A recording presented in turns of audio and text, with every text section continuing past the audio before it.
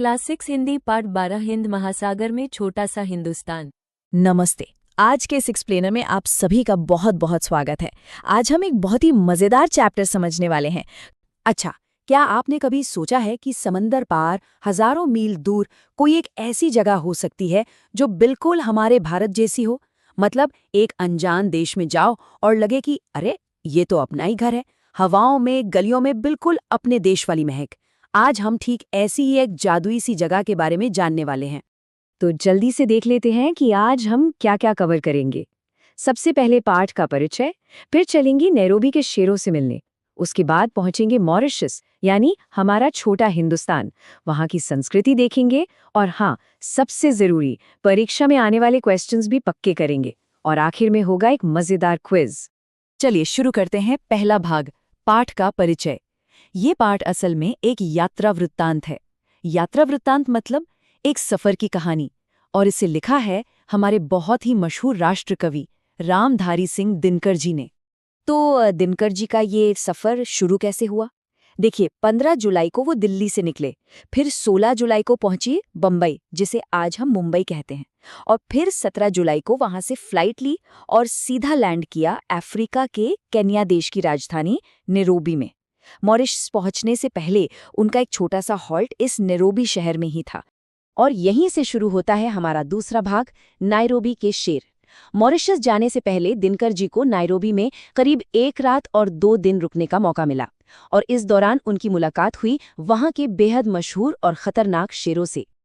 अब एक बात ध्यान रखिए, नैरोबी का नेशनल पार्क हमारे यहाँ के आम चिड़ियाघरों जैसा बिल्कुल नहीं है।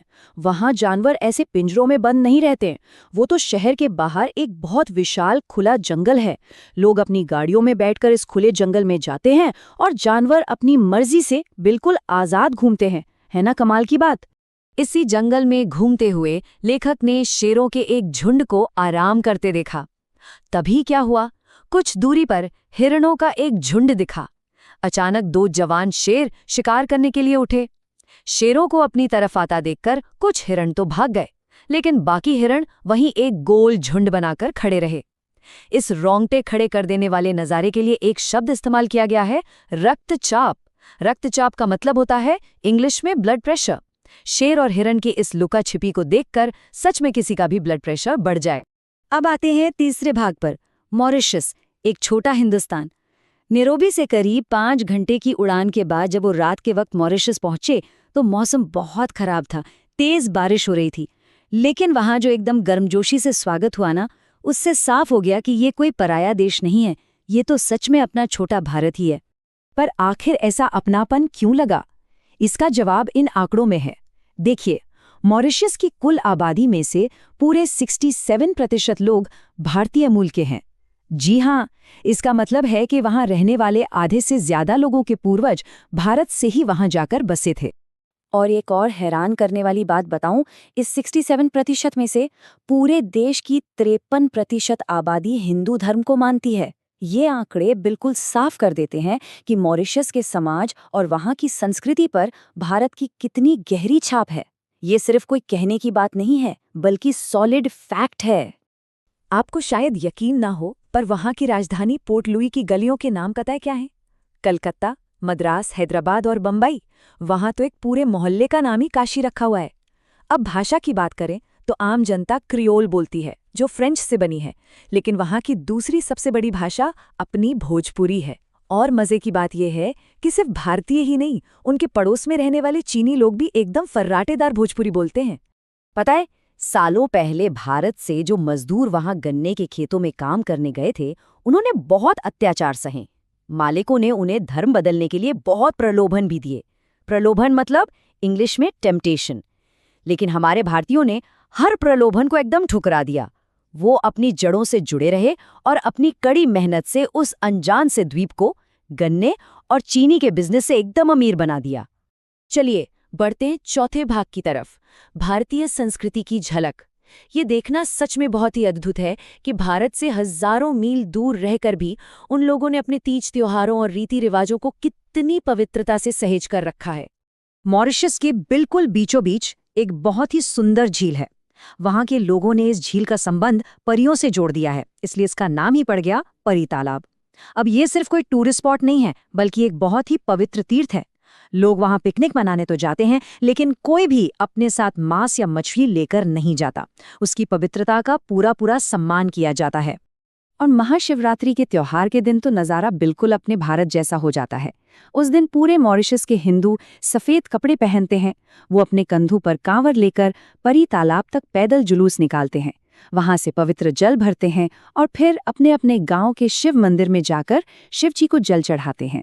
इतनी दूर अपने देश की इस परंपरा को देखना सच में दिल खुश कर देता है।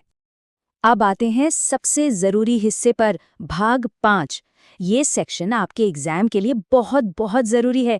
ध्यान से सुनिएगा। अब हम इस चैप्टर के 2 ऐसे सवालों के जवाब देखेंगे जो सीधे आपकी परीक्षा में पूछे जा सकते हैं। पहला सवाल जो पक्का आ सकता है, शेरों को देखकर हिरण भागने के बजाय समूह में क्यों खड़े थे? इसका एकदम परफेक्ट आंसर आप इन 3 पॉइंट्स में लिख सकते हैं। पहला, शेर हमेशा उसी जानवर का शिकार करते हैं जो भागते हुए झुंड से बिछड़ जाता है। दूसरा, ये हिरणों की नेचुरल समझ थी कि किसी भी तरफ भागने में जान का खतरा ज्यादा है। और तीसरा, वो झुंड में रहकर खुद को ज्यादा सेफ महसूस कर रहे थे। एग्जाम में ये 3 पॉइंट्स लिख दिए तो पूरे नंबर पक्के। दूसरा सबसे इम्पॉर्टेंट सवाल, मॉरिशस छोटा सा हिंदुस्तान कैसे बना? इसका सटीक जवाब क्या होगा? पहला पॉइंट, गन्ने की खेती और चीनी उद्योग को भारतीयों ने अपनी मेहनत से एकदम सक्सेसफुल बना दिया।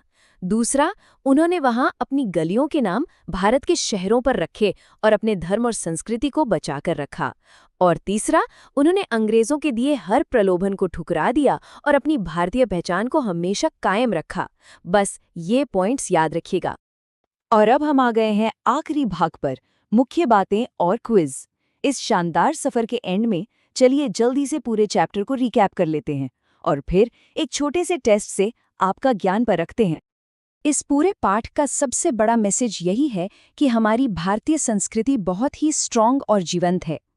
दिनकर जी की इस यात्रा ने हमें दिखाया कि कैसे नैरोबी के जंगलों से होते हुए वो एक ऐसे देश में पहुंचे जिसे भारतीयों ने अपनी मेहनत, भाषा और त्योहारों से बिल्कुल भारत जैसा ही बना दिया। ये हम सभी के लिए बहुत गर्व की बात है। तो चलिए अब वक्त है क्विज का। आपका पहला सवाल है, मॉरिशस में किस फसल की खेती की सफलता का श्रेय भारतीयों को जाता है? थोड़ा सोचिए। जी हाँ, बिल्कुल सही। इसका सही उत्तर है गन्ना, जिसे इस पाठ में ऊख भी कहा गया है। चलिए दूसरा सवाल देखते हैं। मॉरिशस में हिंदुओं का सबसे बड़ा धार्मिक पर्व कौन सा माना जाता है जिसमें लोग कांवर लेके निकलते हैं? अभी पढ़ा था हमने। एकदम सही, वो त्योहार है महाशिवरात्रि। और अब आज का आखिरी सवाल, मॉरिशस की उस पवित्र झील का क्या नाम है जिसका संबंध वहां के हिंदुओं ने परियों से जोड़ दिया है? जवाब तो आपके दिमाग में आ ही गया होगा। जी हाँ, इसका सही उत्तर है परी तालाब। तो दोस्तों, ये था रामधारी सिंह दिनकर जी का एक बहुत ही शानदार अनुभव।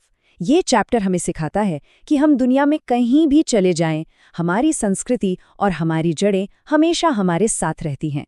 क्या ये बात आपको भी सच लगती है? सोचिएगा ज़रूर। मुझे उम्मीद है कि अब ये चैप्टर आपको बहुत आसान लगने लगा होगा। तो सीखते रहिए और आगे बढ़ते रहिए। मिलते हैं अगले एक्सप्लेनर में।